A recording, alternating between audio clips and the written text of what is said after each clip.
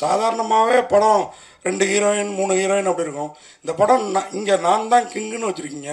கிங்குக்கு ஒரே ஒரு ராணி. எனக்கு ரொம்ப வருத்தமாக இருக்குது. என்ன காரணம்?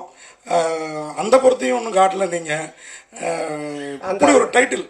அந்த சாங் நீங்கள் பார்க்கலையா? இல்லை 2 பேர் வராங்க, ஆனால் ஹீரோயின் ஒருத்தங்க தானே. இல்லை அந்த சாங் பார்க்கல நீங்கள். மாயோனே உங்களுக்காக தான் எல்லா படத்துலையும் இதே கேள்வி கேட்குறீங்க. நம்ம தேவராஜ் அண்ணன் வந்து அப்படியே மீனாட்சி சார் மேலே தலையை வச்சு சாஞ்சிட்டார் அந்த பாட்டில். அப்படி எமோஷனல் ஆகி ஒரு மாதிரி ஆகிட்டாரு. நீங்கள் என்ன இன்னும் இல்லை, நான் எனக்குள்ளாரே சாஞ்சிட்டேன். அவ்வளோ பிரமாதமாக இருந்தது. 2-3 ஹீரோயினை போட்டு எடுக்கலாம். யார் காசு போடுறது? ப்ரொடியூசரு. இதுக்கப்புறம் அது மாதிரி கதை அமைச்சா கண்டிப்பாக எடுக்கலாம். அப்புறம் நீங்கள் வந்து ஒரு காமெடியானா ஜோக்கராக இருந்துட்டு இன்னைக்கு நான் தான் கிங்கு அப்படிங்கிற அளவுக்கு வளர்ந்துருக்கீங்க. இந்த வளர்ச்சி இந்த அஜித் பில்லா 2 பில்லாவிலேயே சொல்லுவார், நான் ஒரு இதாக பார்த்து செதுக்கி வளர்ந்தேன் அப்படின்ட்டு. அந்த மாதிரி நீங்களாக வளர்ந்ததா இல்லை உங்கள் டீம்? ஏன்னா அது உங்கள் டீமில் இந்த மாறன் சேசு இப்போ எல்லோரும் ரொம்ப ஃபேமஸாக இந்த கதை தயாரிக்கிறது காமெடிகள் சீன்ஸ்லாம். அது எப்படி இல்லை எல்லாருமே தான். நம்ம ஒரு விஷயம் எதை பற்றி பேசினாலுமே இப்போ நீங்கள் ஒரு ராமாயணம் எடுத்துக்கிட்டா கூட ராமர் அப்படின்றவரை நம்ம பயங்கரமாக பார்க்குறோன்னா அதில் சுற்றி இருக்கிற ஹனுமன் விபீஷணன் எல்லா கேரக்டருமே அந்த ராமர் அப்படி போர்ட்ரேட் பண்ணுவாங்க. அந்த மாதிரி ஒரு லைஃப்பில் யார் முன்னுக்கு வந்தாலுமே அவங்கள சுற்றி இருக்கிறவங்க எல்லாருமே சப்போர்ட் பண்ணி அவங்க மனசார அதை வாழ்த்தி அவங்க சப்போர்ட் பண்ணால் மட்டும்தான் அந்த கேரக்டர் ஜெயிக்க முடியும். அதனால் என்னால் மட்டுமே கிடையாது, என்னுடைய டீம் ப்ளஸ் என்னுடைய ப்ரொடியூசர்ஸ் டைரக்டர்ஸ் எல்லாருக்குமே அது போய் சேரும். சொன்னாங்க சார், மாமனாரை வந்து அப்பா மாதிரி அப்படிம்பாங்க. இந்த படத்தில் நீங்கள் அவன் இவன் காட்டு மிராண்டி ஏதோ பேட் ஸ்மெல் அப்படிலாம் கலாச்சிருக்கீங்களே. இந்த மாதிரிலாம் கலாச்சா வீட்டிலலாம் எவ்வளோ இதாக இருக்கும்? இல்லை இந்த மாதிரி மாமனார் இருக்கிறவங்களாம் கைத்தட்டி ரசிப்பாங்க. ஏன்னா நீங்கள் இந்த படத்தில் மாமனாரை பார்த்தீங்கன்னா தான் தெரியும். ஃபஸ்ட்டு நானும் மாமனார் அப்படிலாம் தான் பேசிகிட்டு இருப்பேன். அப்புறம் பண்ண தான் அது வந்து அந்த கேரக்டருக்கான ஒரு மரியாதை தான் அது.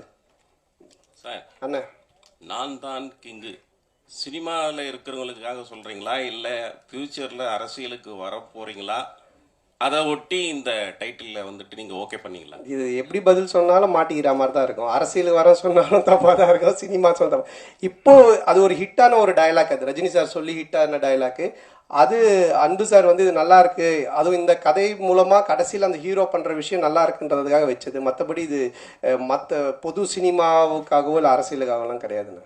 சார் அது மாதிரி இந்த டயலாக் ஒன்று வருது இல்லை, இங்கே வந்து நடிகர் சங்க கட்டடம் கட்டிட்டு தான் விஷால் கல்யாணம் பண்ணிக்கிற மாதிரி சிங்கிளாக சுத்த நான் சிம்புவும் இல்லை.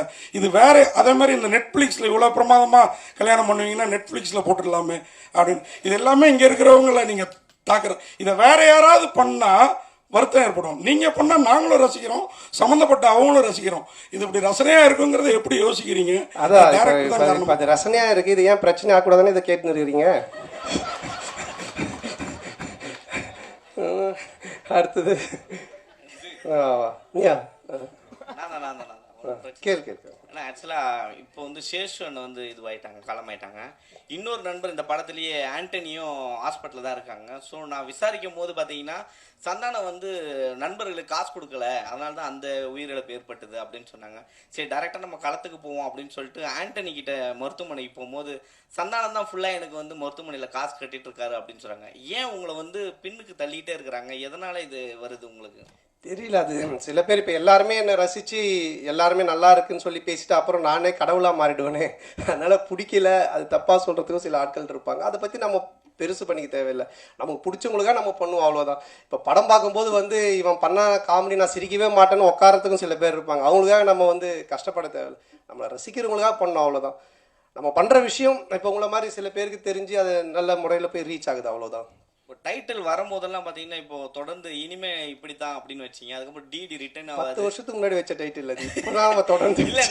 நான் தான் நீங்கள் கிங்குன்றீங்க. நீங்கள் காமெடியில் கிங்கா இல்லை அடுத்தது ஹீரோக்களில் கிங்காக போகிறீங்களா? இல்லை அதுதான் நான் பதில் சொன்னேன். இப்போ இந்த படத்துடைய கதைக்கு தான் கிங்கு. இது வந்து பொதுவாக நம்ம எதுவுமே எடுத்துக்க வேண்டாம். அவங்க மாயோனே சாங் போடும்போது நீ எழுந்து வந்து ஆடலான்னு அதை நான் பார்த்துட்டு தான் இருந்தேன். அதெல்லாம் மறைச்சிட்ட பத்தியா?